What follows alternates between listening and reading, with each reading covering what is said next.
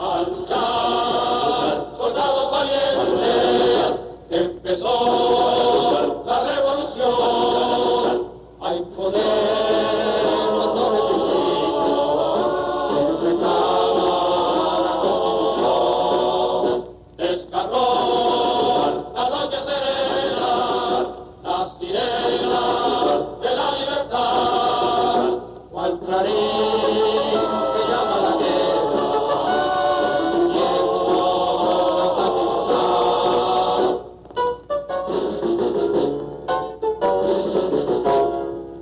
A luchar, como hermanos de Duarte luchemos, bella América en el grito encarnó, si Juan Sánchez Salvador y Guillermo, venceremos como Luperón, no cedamos paso, marchemos, por senderos de gloria. La memoria del coronel Juan María Lora Fernández inspira el mayor de los respetos y admiración entre sus compañeros de luchas e ideales, especialmente entre aquellos que lo trataron y conocieron antes y durante la Revolución Constitucionalista de 1965.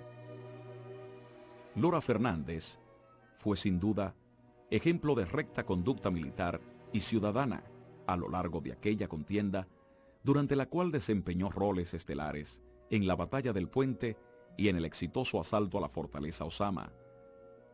Él fue de los oficiales del Ejército Nacional más comprometidos y activos en el movimiento destinado a reponer al profesor Juan Bosch en la presidencia de la República mediante el derrocamiento del gobierno golpista del Triunvirato. Dicho movimiento fue obra de su primo hermano, el teniente coronel Rafael Tomás Fernández Domínguez, quien designó como su principal responsable en el país al también teniente coronel Miguel Ángel Hernando Ramírez, junto al cual Lora Fernández reclutó gran parte de los militares que se comprometieron en el restablecimiento del orden democrático. El coronel Lora Fernández es de los primeros oficiales que forma parte de este movimiento, que fundó el coronel Rafael Tomás Fernández Domínguez, y lo revela eso, que el coronel Fernández Domínguez planificó un levantamiento militar en contra del gobierno de facto, el Triunvirato, para los primeros días de enero de 1965. Y ya en ese movimiento, el coronel Lora tenía misiones específicas asignadas para llevar a cabo, como por ejemplo, la consecución de TNT, dinamita, para ser utilizada esa dinamita según los planes elaborados para los primeros días de enero. Lora, en los momentos conspirativos de organización de lo que pasó posteriormente, jugó un papel muy importante en cuanto a discreción se refiere. O sea que Lora nunca me dijo a mí nada de lo que estaba pasando. La dinámica de la conspiración impedía que tú supieras quién más formaba. Yo desconocía totalmente que Lora también era parte nuestra. Yo me entero que Lora era miembro de la conspiración un día que en una conversación con el general Hernando Ramírez, yo tengo noticias de que el coronel Camaño conforma el grupo de oficiales superiores que formaban parte de la conspiración, y yo me opuse a la participación del coronel Camaño. Pero ya Hernando Ramírez me dice a mí, como para demostrarme que mi oposición a que el coronel Camaño formara parte, me dice a mí, no, pero mira, fulano y sultano. Y es ahí entonces que yo pondero lo que se me dice y acepto la realidad de que Camaño formaba parte de la conspiración. Esta importante participación suya en la conjura determinó que en la mañana del sábado 24 de abril del 65, él y otros 4 oficiales del Ejército Nacional fueron cancelados y puestos bajo arresto. El 24 de abril fue un sábado y yo regresé en la mañana a mi campamento 16 de agosto, y el oficial del día me informó que había una orden de reportarme a la jefatura Para sorpresa mía, cuando llegué a la jefatura me encontré que ya allá se encontraban otros oficiales, entre ellos el coronel Álvaro Holguín, el coronel Giovanni Gutiérrez, los mayores Lora Fernández y Eladio Ramírez Sánchez, Lalo, y estábamos en una oficina contigua a la oficina principal del jefe de Estado Mayor. Es ahí cuando se produjeron muestras de solidaridad hacia mi persona, porque justamente al haber sido trasladado del Centro de Enseñanza de las Fuerzas Armadas al Ejército, eso despertó alguna sospecha, especialmente de parte del coronel Lora Fernández. No me conocía estrechamente en ese entonces, y es ahí cuando Lalo Ramírez Sánchez le dice a él palabras como esta: te dije que te iba a poner la mano en la espalda por este muchachito. Se refería a mi persona, yo era capitán del ejército. Pues nos limitamos a esperar a ver qué pasaba. Se llamó al coronel Álvaro Holguín que pasara. Posteriormente fuimos llamados en orden de rango. Sucedió lo mismo con el coronel Lora. Y yo escucho cuando una pistola es sobada, escucho el ruido y le digo a Lalo Ramírez Sánchez, están desarmando a esos oficiales. Lo llamaron a él, finalmente me llaman a mí, que soy el de menor rango, y para sorpresa mía estaba el Estado Mayor del Ejército en fila, uno al lado de otro, y en el fondo el subjefe del Ejército, que para ese entonces era el general Similito Ruiz Batista, y me dijo: capitán, su nombramiento como oficial del Ejército ha sido cancelado, entregue su arma. Yo noté que los demás estaban en la misma situación mía, desarmados, sin insignia y en un ambiente muy tenso. Esa decisión de sus superiores al servicio del gobierno golpista fue la que motivó el adelanto del levantamiento militar, programado previamente para el lunes 26, o sea, para 2 días después. Entró el jefe de Estado Mayor, el general Rivera Cuesta.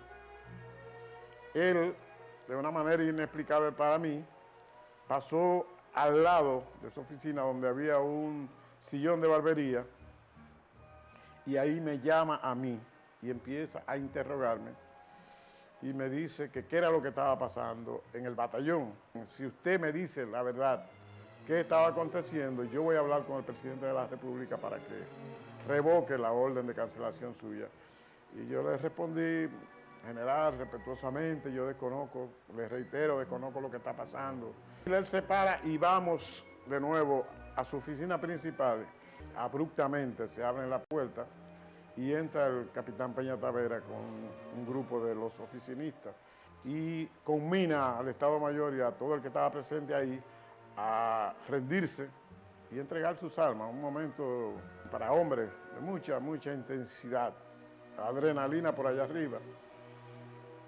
Y coge la pistola del escritorio del jefe de Estado Mayor y me la tira abruptamente. Y ahí entró el hoy general Hernando Ramírez y le dice unas palabras más o menos en el siguiente tenor: bueno, señores, ya esto se terminó, ustedes están cancelando a oficiales de carrera, estos oficiales no están en nada que no sea a favor del restablecimiento de la Constitución, ustedes quedan detenidos y esto se terminó. Todos entonces fueron llevados a la oficina contigua a la mía, que era la del jefe de Estado Mayor, y ahí reunidos todos indicamos a los oficiales qué era lo que estaba pasando. El general Rivera Cuesta trató de disuadirnos. Yo le dije que ya era muy tarde, que ya no se podía hacer nada. Le dijo: esto se puede arreglar todavía. No fue así. Lora Fernández ingresó originalmente a las filas de la Policía Nacional el 1 de agosto de 1945 y más tarde se enroló en el Ejército Nacional como raso el 1 de enero del año 1950, convirtiéndose después en oficinista. Fue ascendido a sargento de A y C el 15 de diciembre de 1951, ingresando luego a la Academia Militar como cadete el 13 de diciembre de 1951. El 1 de agosto de 1952 fue promovido a segundo teniente y su afán de superación lo llevó en 1953 a estudiar Derecho en la Universidad de Santo Domingo, graduándose de abogado en 1958.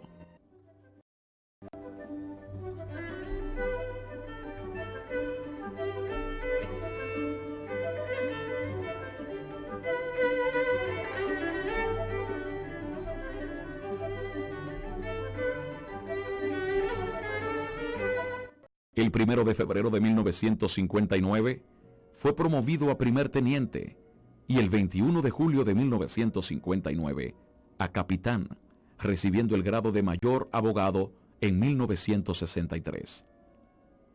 Lora Fernández contrajo matrimonio con Dulce Yolanda de León Aliés, con la cual procreó 4 hijos. El primero de ellos, Juan Manuel, fue su único varón, y luego le nacieron 3 hembras, Dulce Roselia, Dania Ivette y Carmen Yolanda. Sus 4 hijos también procrearon 13 nietos. Como oficial de infantería, prestó servicio en diversas ciudades y provincias del país, como San Cristóbal, Nagua, Neiva, Dajabón, San Pedro de Macorís, dejando tras de sí una agradable impresión de militar respetuoso, correcto y amistoso.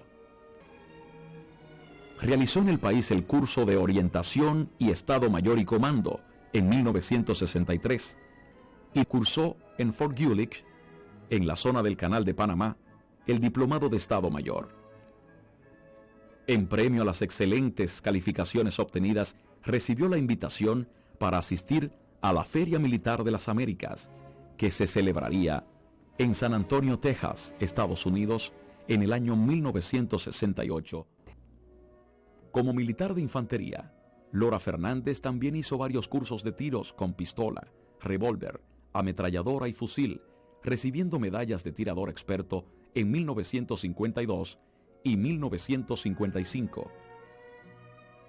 En su hoja de soldado perteneciente a una institución formada por el dictador Rafael Trujillo Molina, como soporte armado y represivo de su régimen autoritario, no se registra en su récord militar ningún abuso o atropello a la población civil por razones políticas o personales.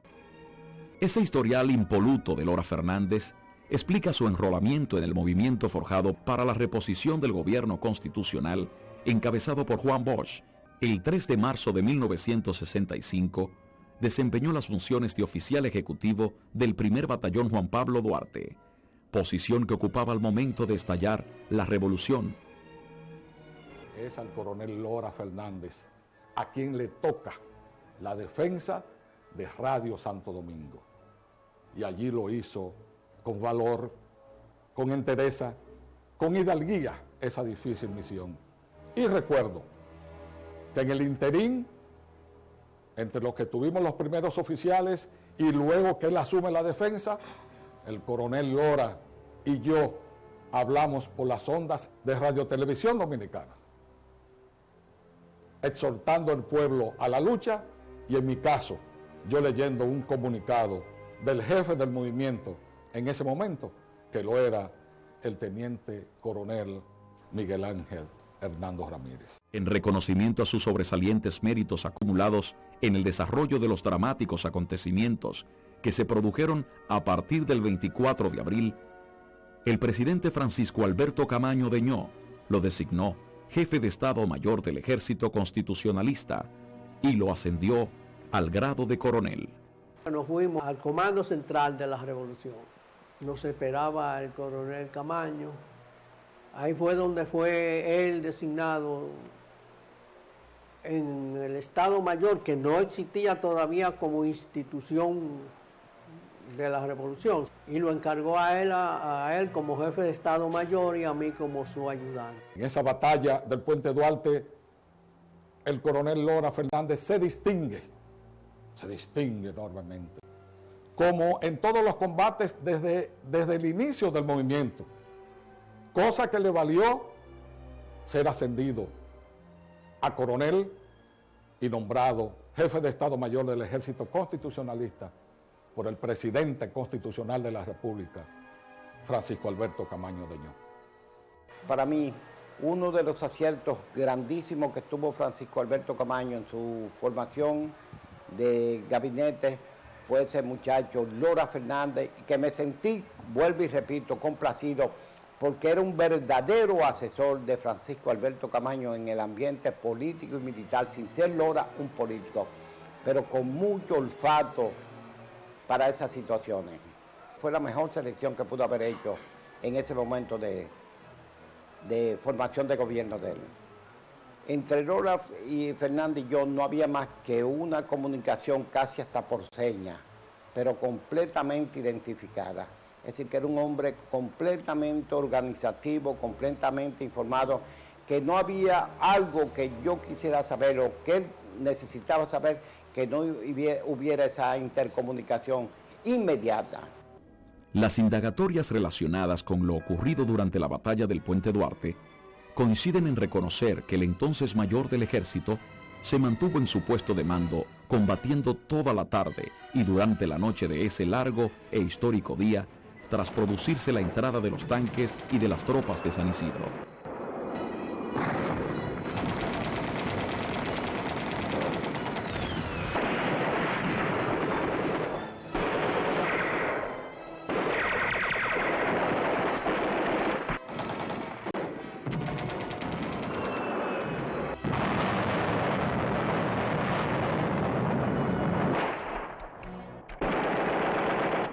Yo era ayudante del coronel Juan María Lora Fernández. En el Puente Duarte jugó un papel extraordinario, sin retroceder ante el bombardeo de los tanques y de los cañones y de los aviones.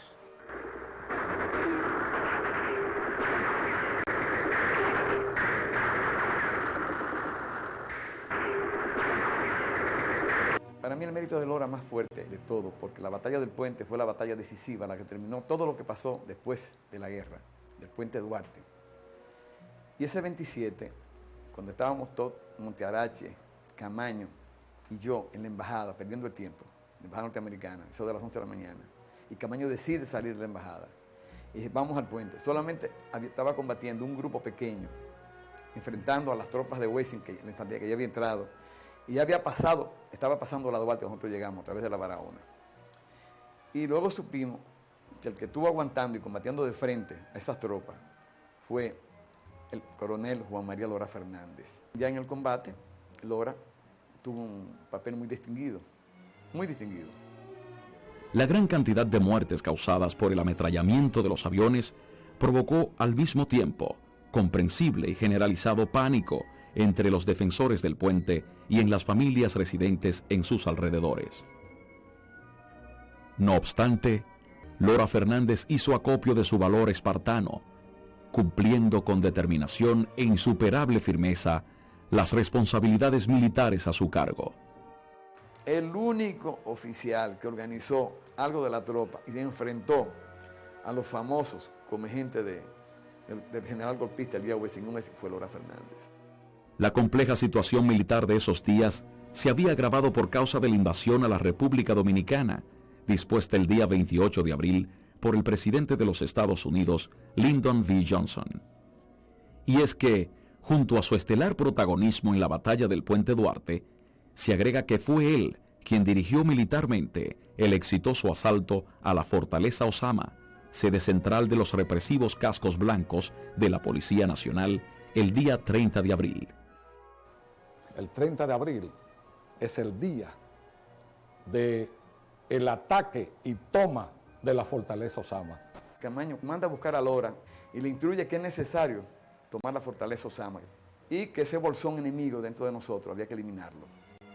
Hubo que tomar la Fortaleza Osama, porque ya se habían producido algunos caramuzas con policías que estaban dentro, que a veces salían furtivamente y nosotros teníamos que hacerle frente hasta que se decidió tomar la fortaleza. Primeramente, el coronel Lora, quien me designó para esa operación ayudante, hizo una reunión con varios oficiales y se planificó cómo atacar para tomar la fortaleza. haciendo un croquis en el patio del edificio Copelo. Entonces por la mañana, Lora había bajado ya con tanques y un cañoncito o dos. Y entonces comenzó el combate en la mañana muy temprano, que ya tenía 2 días, casi 3 días tenía el combate del cerco a la fortaleza, Osama. El coronel Lora Fernández encabezó un ataque de frente a la fortaleza. Yo salí de ahí, cogí la calle El Conde para decirle a Lora Fernández de lo que habíamos hecho con el tanque. No encontré a Lora Fernández donde lo había dejado porque ya él había cruzado para el área de la catedral. Subí a rentas internas, tiré unos cuantos tiritos de allá de la azotea, pero seguí con unos cuantos hombres, entre los cuales estaba William Méndez. Llegamos al Caribe y del Caribe cruzamos al Instituto Cartográfico de la Marina de Guerra, y ese edificio da justamente a la parte norte de la fortaleza Osama. De ahí rompimos una ventana, los hierros los tumbamos, bajamos a los pasillos de los cuarteles, agarramos una cantidad de gente presa que ellos mismos se ofrecieron, los metimos en un cuarto, dejamos un par de soldados cuidando a esa gente y seguimos nosotros cuartel por cuartel. El mayor tiroteo que recibimos fue cuando tomamos el cuartel general, que ahí ya no tiraban de lo que es la torre del homenaje y no tiraban de la parte que va hacia Sanssouci, que va hacia esa área de Sanssouci. Dimos la vuelta, abrimos la puerta de la fortaleza Osama y la puerta Luis Felipe, y por ahí de los primeros que entraron fue el comandante Lora y el comandante La Chapelle. Vimos que las puertas se abrieron y en ella apareció el teniente de navío Rafael Ubiera Padua, acompañado de otros oficiales y hombres del pueblo, que fue que abrieron desde adentro esa puerta. Y el coronel Lora, seguido de mí, entramos. Entrando a la fortaleza Osama, por la ventana, pero aún no habíamos pasado nadie, estábamos preparando para entrar. Entró la Fuerza Aérea y le entró en grupos de 4 aviones, pasaban rasantes, atacando a la fortaleza Osama, que se suponía que la habíamos tomado. Y esto tumbó definitivamente a la resistencia de los policías. Nosotros, ¿de dónde estábamos? Camaño y yo, de La Pina, llamábamos a la aviación y le dijimos que ya los reverdes estaban dentro. Y es ahí cuando la aviación ametralla la fortaleza Osama. Y es ahí que se comienzan a perder la moral. Cuando entramos a la fortaleza Osama, porque primeramente un tanquito tiró y había un boquete, por ahí entramos. Ahí encontramos todos los policías con la mano hacia arriba. Le entregamos unos 30 presos más o menos y esos elementos fueron encerrados ahí, muy bien tratados, ahí no se maltrató a nadie, y finalmente los elementos fueron enviados a la escuela Salomé Ureña. Muchos de los efectivos de la Policía Nacional se dieron a la fuga, otros fueron hechos prisioneros, cientos de ellos fueron hechos prisioneros y luego fueron entregados formalmente a la Organización de Estados Americanos. Nadie maltrató a ningún prisionero, nadie maltrató a ningún prisionero. Ahí no se maltrató a nadie, nosotros no permitimos, ni Lora, ni yo, ni nadie permitía que maltrataran a un prisionero. En la fortaleza Osama, que fue donde yo participé con él dirigió exactamente como lo hace un militar. Y no solo eso, sino que lo principal que decía y que ordenaba era sin atropello y tratar por lo posible de que no hubiera muerto. Y de esa toma se pueden decir muchísimas cosas, pero nadie puede decir que se cometieron abusos. La toma de la fortaleza Osama por los constitucionalistas no solo los proveyó de abundantes armas y municiones, sino que liberó a la ciudad colonial de la incómoda y peligrosa presencia en ella de una cantidad considerable de efectivos enemigos. Entonces, ese fue uno de los eslabones más importantes en la vida de Lora Fernández, la toma de la fortaleza Osama, que la tomó limpiamente. En el transcurso de los días posteriores correspondió al alto mando del ejército constitucionalista elaborar el plan defensivo de los barrios de la capital bajo su control y de manera principal la formación y supervisión de los comandos encargados de agrupar a los combatientes militares y civiles. El plan diseñado al respecto por el coronel Lora Fernández se ejecutó conforme a las exigencias del momento, especialmente tomando en cuenta la presencia de las tropas norteamericanas que dividieron en dos partes la ciudad capital, hasta entonces controlada totalmente por los constitucionalistas. Todo eso revela inequívocamente la difícil responsabilidad que recaía sobre el coronel Lora Fernández y se comprende mucho más tomando en cuenta que el presidente Camaño y sus asesores más cercanos estaban concentrados en esos días en las negociaciones patrocinadas por el gobierno norteamericano y la OEA en la búsqueda de una solución al conflicto. Lora era la persona a quien Camaño tenía mayor confianza. Cuando Camaño salía a la calle, a una actividad de un discurso, podían atacar, siempre quedaba Lora al frente. Lora era una persona que no tuvo ningún tipo de contradicción con Camaño en ningún momento. Jamás, Camaño era súper honesto, jamás Lora estuvo envuelto en cosas que se perdieran, cosas que mandó a coger, nunca hizo eso. En tal virtud, a Lora Fernández correspondía la tarea de resolver las necesidades alimenticias de los combatientes y todo el habituallamiento de los comandos. También era el responsable de lidiar con los problemas que surgían ocasionalmente entre los comandos ubicados en una misma barriada. Recuerdo que siempre nosotros por la noche nos reuníamos a pasar revista de los acontecimientos. Cuando no había combates, habían problemas internos muy serios, que mataban a uno, que se emborrachaban. Y además de eso, tomar medidas para proteger la propiedad privada. Proteger la propiedad para nosotros era definitivo. Miren, esa aduana, ese hombre hizo un papel del caray. Ese hombre puso hasta los partidos políticos ahí, conjuntamente con los militares, para proteger la propiedad privada. Extraordinaria la honestidad de Juan. Recuerdo que después del 16, pues se tomaron un saco lleno de prendas, relojes, anillos, cadenas de la aduana, y eso se llevó a la jefatura, a la oficina de Juan. De eso nunca nadie tocó ni un anillo de eso. Mi hermana Agripina y yo fuimos al edificio Copelo. En ese edificio había de todo. Ahí habían muchas prendas preciosas, muchas cadenas, guillos, reloj, de todo. Y nosotros mirábamos curiosamente, concho, cuántas cosas bonitas. Después cuando ya nosotras no íbamos, dice, no tengo nada que darle, solamente tengo estas 2 cajas de galletas porque me la trajeron. Y entonces mi hermana dijo, sí, porque eso que está aquí no es tuyo. Dice, claro que no, esto no es mío. Cada una de sus delicadas y pesadas obligaciones las cumplió Lora Fernández satisfactoriamente, lo que explica el ambiente de normalidad en que se desenvolvió la rutina diaria dentro de la zona constitucionalista.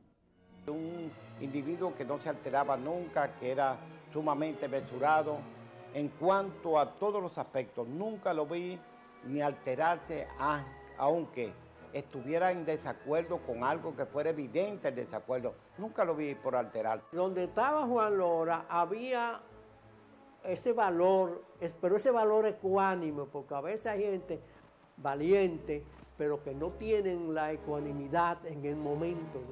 Juan era así en la sociedad, así en un bar, pero así en la guerra, ecuánime. Era un gran organizador,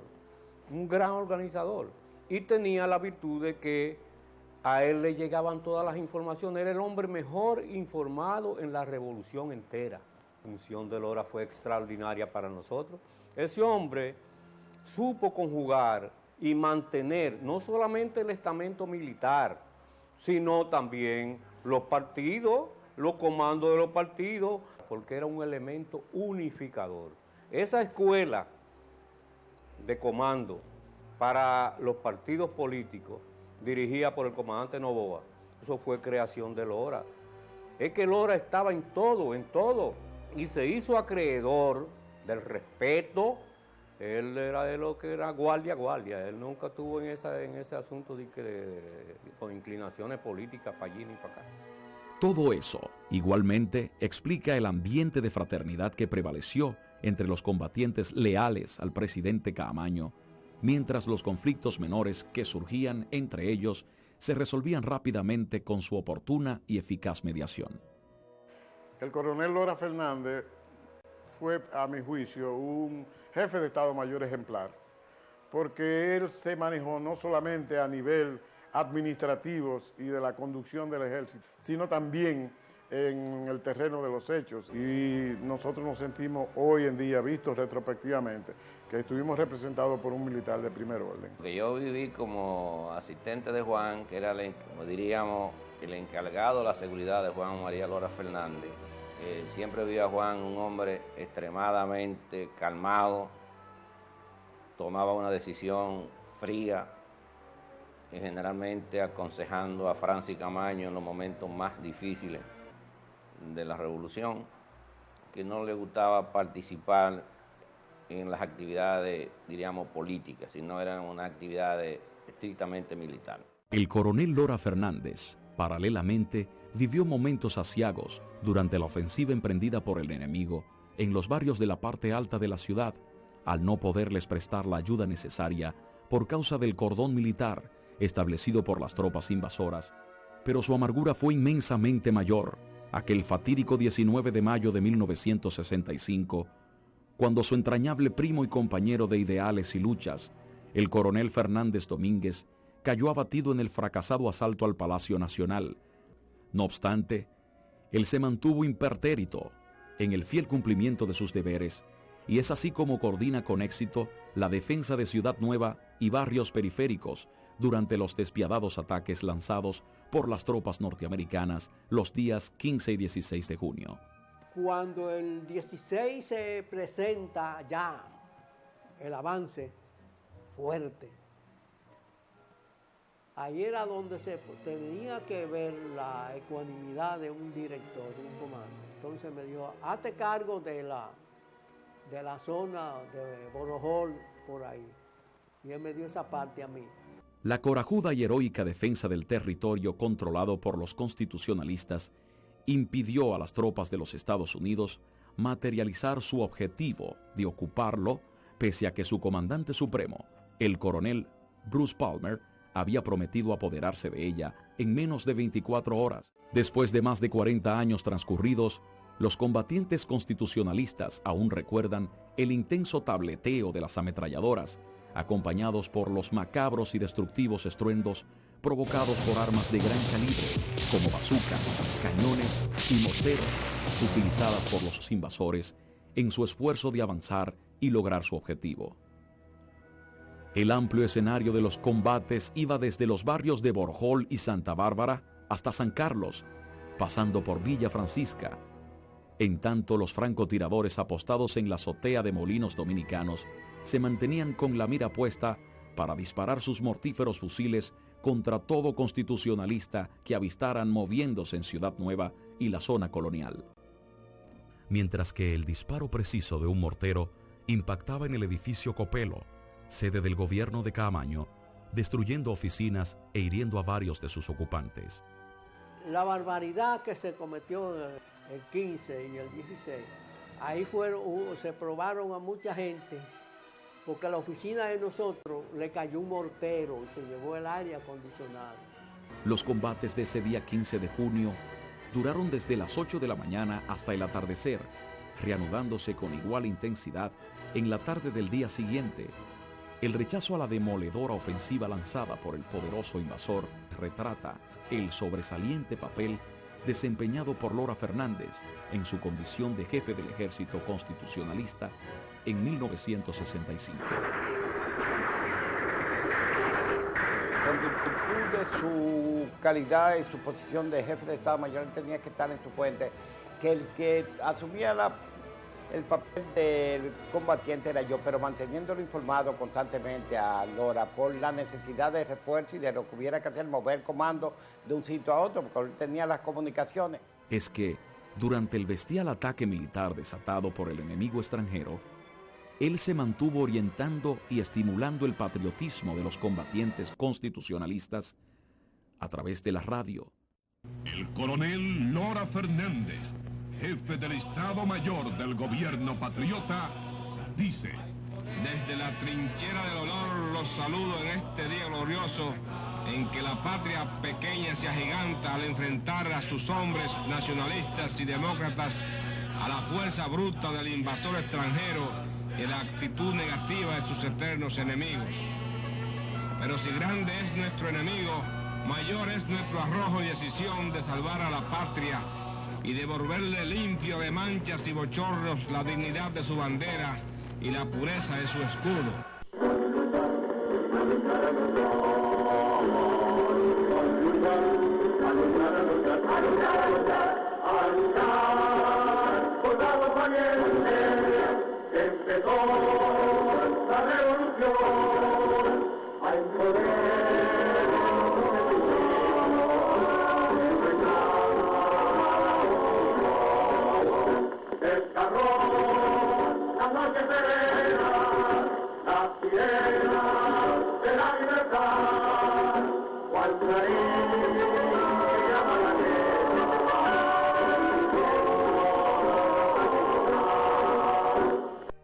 Lo anterior explica la razón por la cual Lora Fernández forma parte de la trilogía militar que junto a los coroneles Camaño y Montes Arache tuvo la honrosa encomienda de mantener en alto la dignidad nacional en el transcurso de la Guerra Patria de 1965.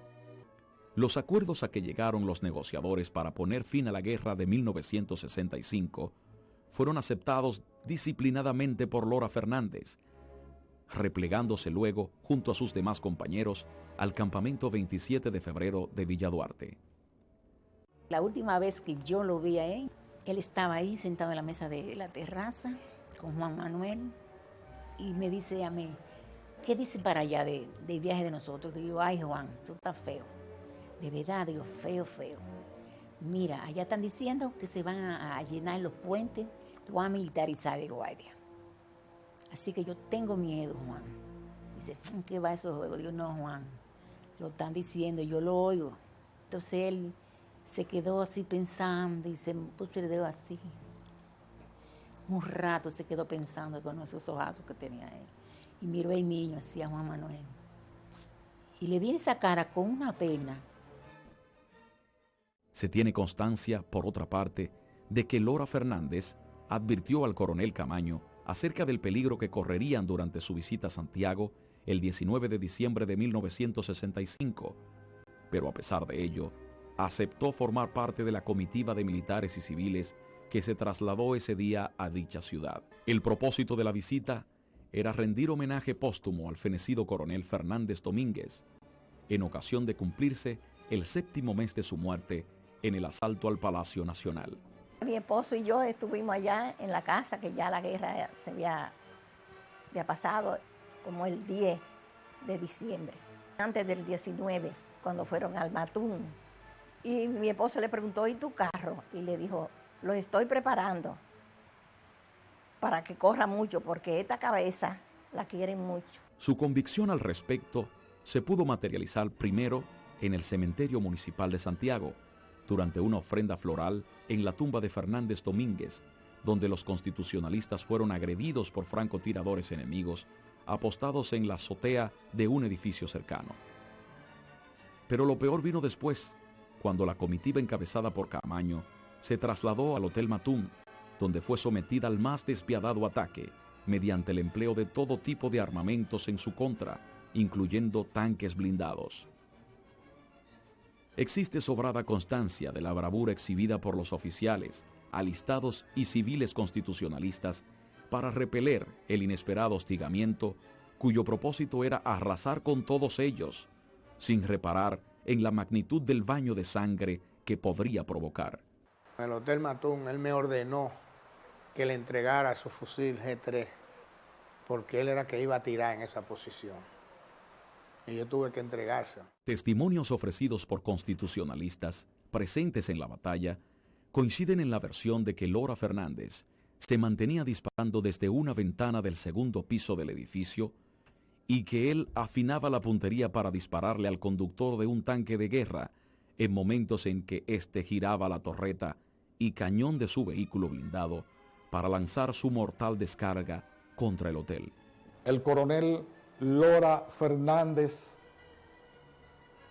otros combatientes y oficiales y yo estábamos por el pasillo de atrás del Hotel Matún disparando a soldados enemigos que ya estaban llegando a la parte de atrás del Hotel Matún, acercándose, si se quiere, a la piscina, y le disparábamos.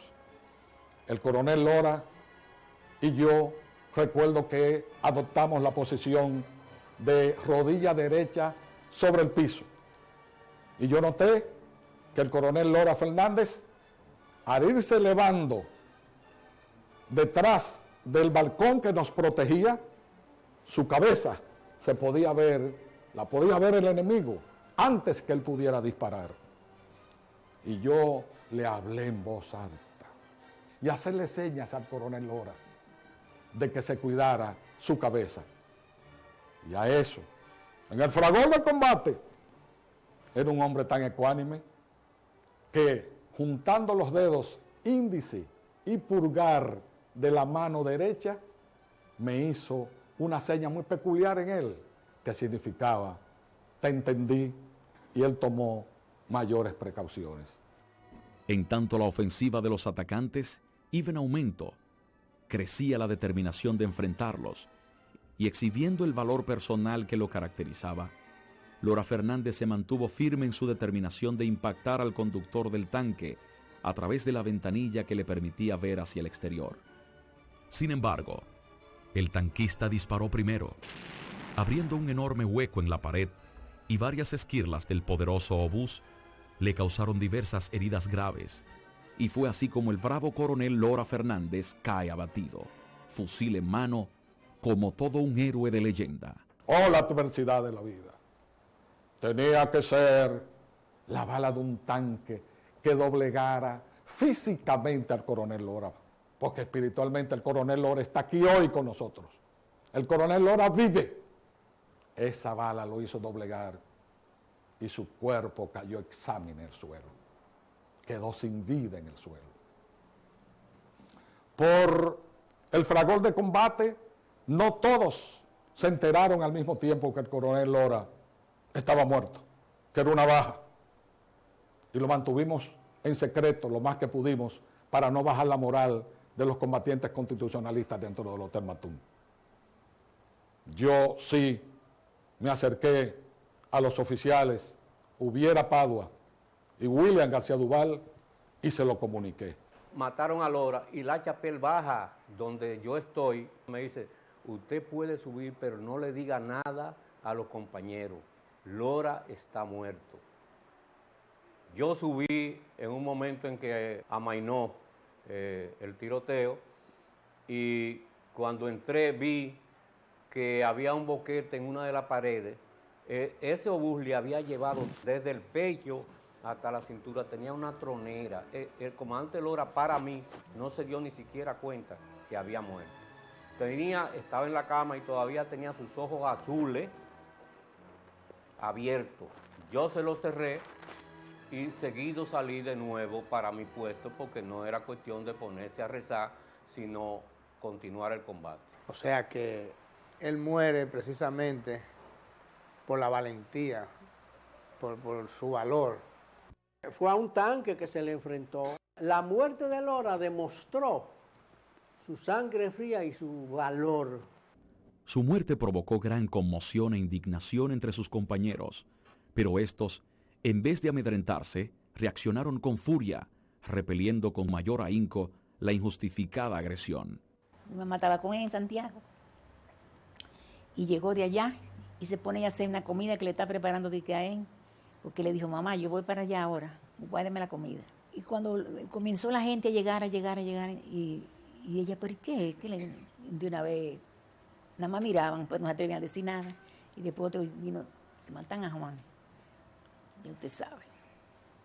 Eso fue grande para todos. Ella se quedó así. Pero ella era tan fuerte, una persona demasiado fuerte. Ella se quedó, pero nada, para adelante. Digo, bueno, no vamos. Entonces fuimos para acá. El cese del ataque, que duró horas indeterminables, se produjo al anochecer y al día siguiente el héroe militar de la Revolución Constitucionalista fue sepultado en una conmovedora manifestación de duelo en el cementerio de la Avenida Independencia, en la ciudad capital. 39 años después, el 19 de diciembre del año 2004, sus restos fueron trasladados al cementerio Cristo Redentor en Santo Domingo, donde descansa junto al de su fiel y abnegada esposa, Dulce Yolanda Viuda Lora Fernández. El 1 de mayo del año 2003, el entonces presidente Hipólito Mejía ascendió a Lora Fernández al rango de general de brigada en un reconocimiento póstumo consagrado en el decreto número 442-03. En adición a ese reconocimiento, él ha recibido otras expresiones de gratitud, entre ellas la inauguración de una plaza que lleva su nombre en la avenida George Washington, esquina Pablo Hincado. Además, la inauguración de dicha plaza incluyó la colocación de un busto suyo como testimonio destinado a la exaltación de su memoria. Una importante avenida también fue bautizada con su nombre en el sector de Los Ríos de la ciudad capital, en virtud de una resolución del Ayuntamiento del Distrito Nacional. Otro busto de Lora Fernández fue deslizado en el recinto de la Universidad Autónoma de Santo Domingo, en homenaje de recordación que también incluyó a los coroneles Caamaño Deñó y Fernández Domínguez. Igualmente, el Ayuntamiento de San Francisco de Macorís designó con su nombre una vía pública en esa ciudad, capital de la provincia Duarte.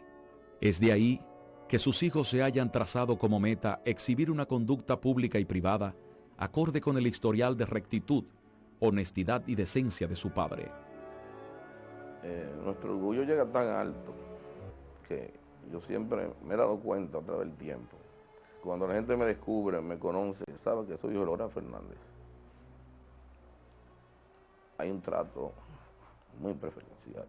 He recibido testimonios y elogios de militares que estuvieron dentro y fuera de la zona constitucionalista, y siempre me han dicho que fue muy admirado y respetado.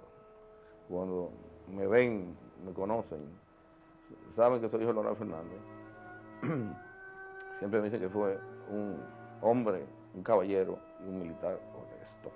Bueno, el Lora militar combatiente, el Lora en el frente de batalla, sus compañeros que están vivos hoy, me dicen que tenía un valor, una valentía incuestionable, fuera de serie, sumamente decidido a pelear hasta la última consecuencia. Desafiaba a la muerte a arriesgar su propia vida en todos los planos. Inclusive testimonio yo he recogido de su último combate.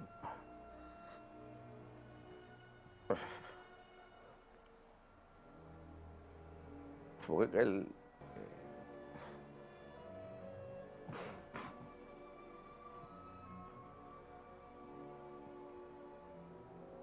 se enfrentó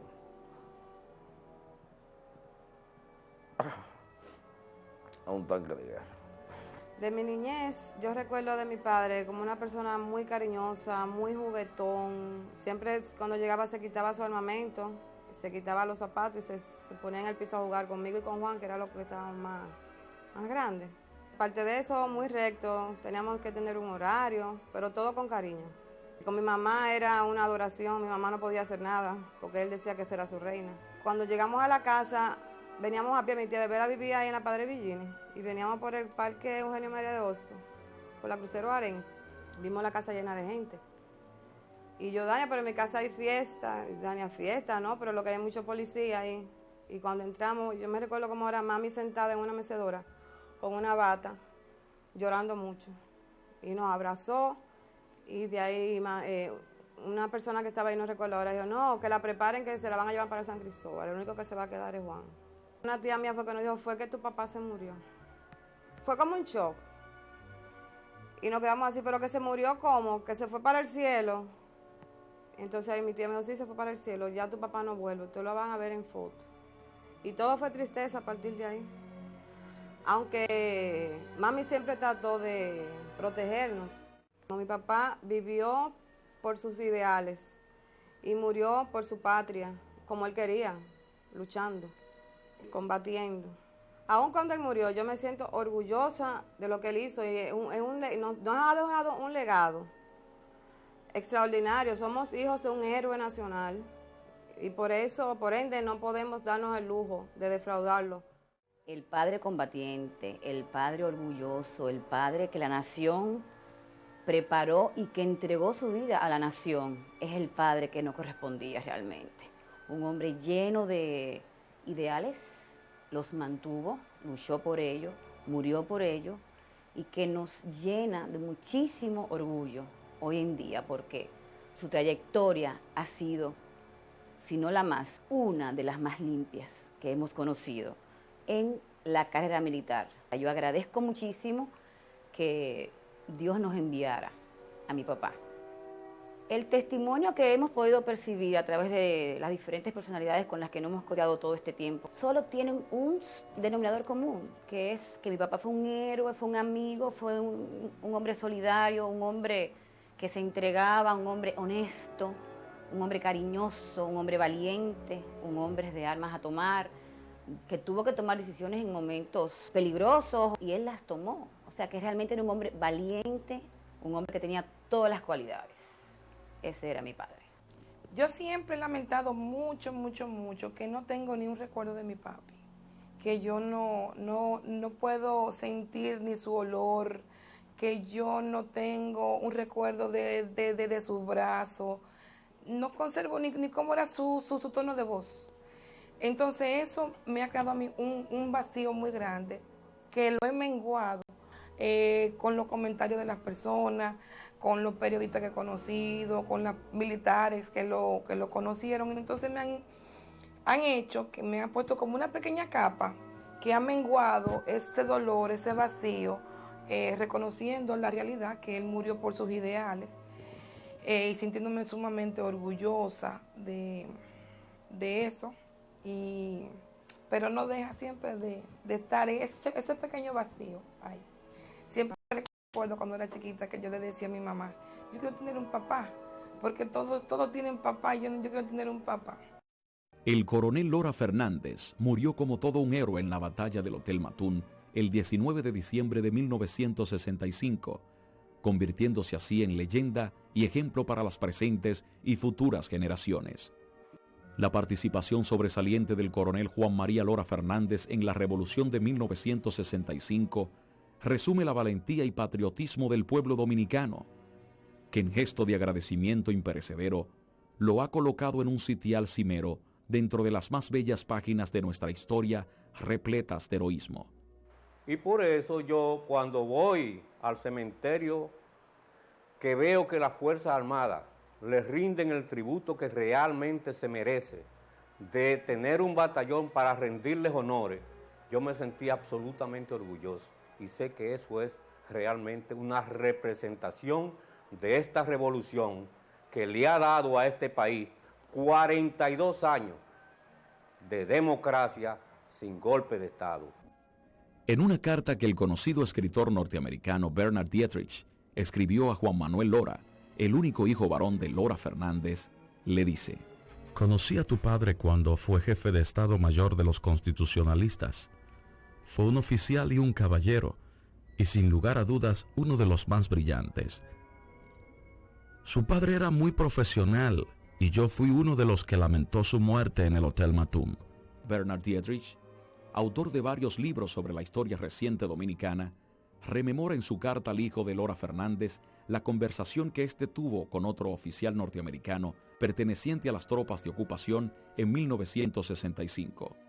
Recuerda que el diálogo lo escuchó en el despacho de Lora Fernández en el edificio Copelo, cuando el militar perteneciente al ejército de los Estados Unidos fue a buscar un soldado afroamericano, hecho preso cuando se extravió y penetró a la zona controlada por los constitucionalistas. El escritor destaca que los dos oficiales se conocieron un año antes en el exterior, en un curso para militares al que ambos asistieron en Panamá, y a seguidas relata que el norteamericano le preguntó a su amigo dominicano: ¿por qué estamos peleando en bandos diferentes?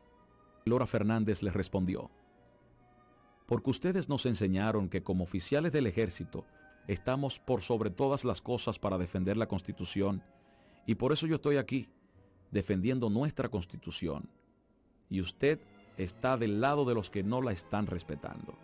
Lora Fernández, en cuanto a valor personal, no creo que pueda compararlo con nadie. El coronel Lora Fernández fue el mejor oficial que tuvo la guerra. Una de las personas que llegó a ser de las más queridas por nosotros y de las más valientes. Fue posiblemente, y creo que sí posiblemente, el muerto más sentido por todos nosotros en toda la guerra. Eso es mucho decir, donde hubo miles de muertos. Para mí, Lora fue uno de los puntales fundamentales de la revolución. Un hombre extremadamente de un valor, de una calma y una honestidad a carta cabal. Con un valor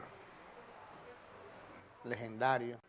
Yo pienso que todos los honores que la patria debe rendir a los que defienden su democracia y su soberanía intervenida, yo pienso que él es merecedor absoluto del mejor de los galardones posibles. Está muerto, porque a veces dije que a los muertos, después que muertos, dije que son buenos. No, lo era un hombre muy serio. Lo mataron, pero nadie pudo hablar de él. Lo que pasa es que hoy no se mienta. Hoy hay unos grandes héroes que son los que figuran y no es así. El coronel Lora Fernández hoy debe ser un ejemplo en la historia militar de la República Dominicana. Yo creo que no solamente fue un titán, sino fue un coloso. Lora fue brillante, Lora fue ejemplar.